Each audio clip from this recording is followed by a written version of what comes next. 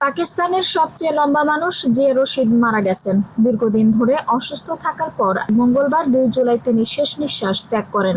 মৃত্যুকালে তার বয়স হয়েছিল 30 বছর।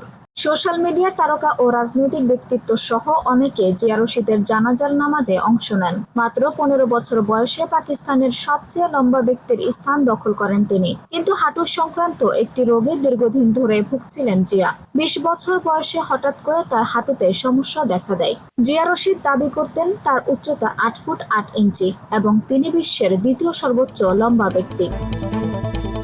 পাক সংবাদ মাধ্যম জিও নিউজ জানিয়েছে, অসুস্থ হলেও নিজের পর্যাপ্ত চিকিৎসা করাতে পারেননি তিনি। এছাড়া সরকারের কাছ থেকেও কোনো সহায়তা পাননি।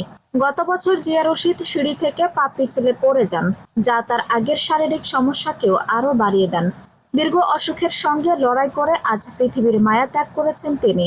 2018 সালে বার্তা সংস্থা এএফপি কে এক সাক্ষাৎকারে জিয়া রশিদ বলেন, আত্মরক্ষা এবং ফিটনেস বজায় রাখতে তিনি তাইকোয়ান্দো প্রশিক্ষণ নিচ্ছেন। রশিদ জানিয়েছিলেন তিনি ম্যাট্রিক পর্যন্ত পড়াশোনা করেছেন এবং তিনি আরও পড়তে চান, কিন্তু ভ্রমণগত ও আর্থিক সমস্যার কারণে পড়ালেখা চালিয়ে যেতে পারছিলেন না।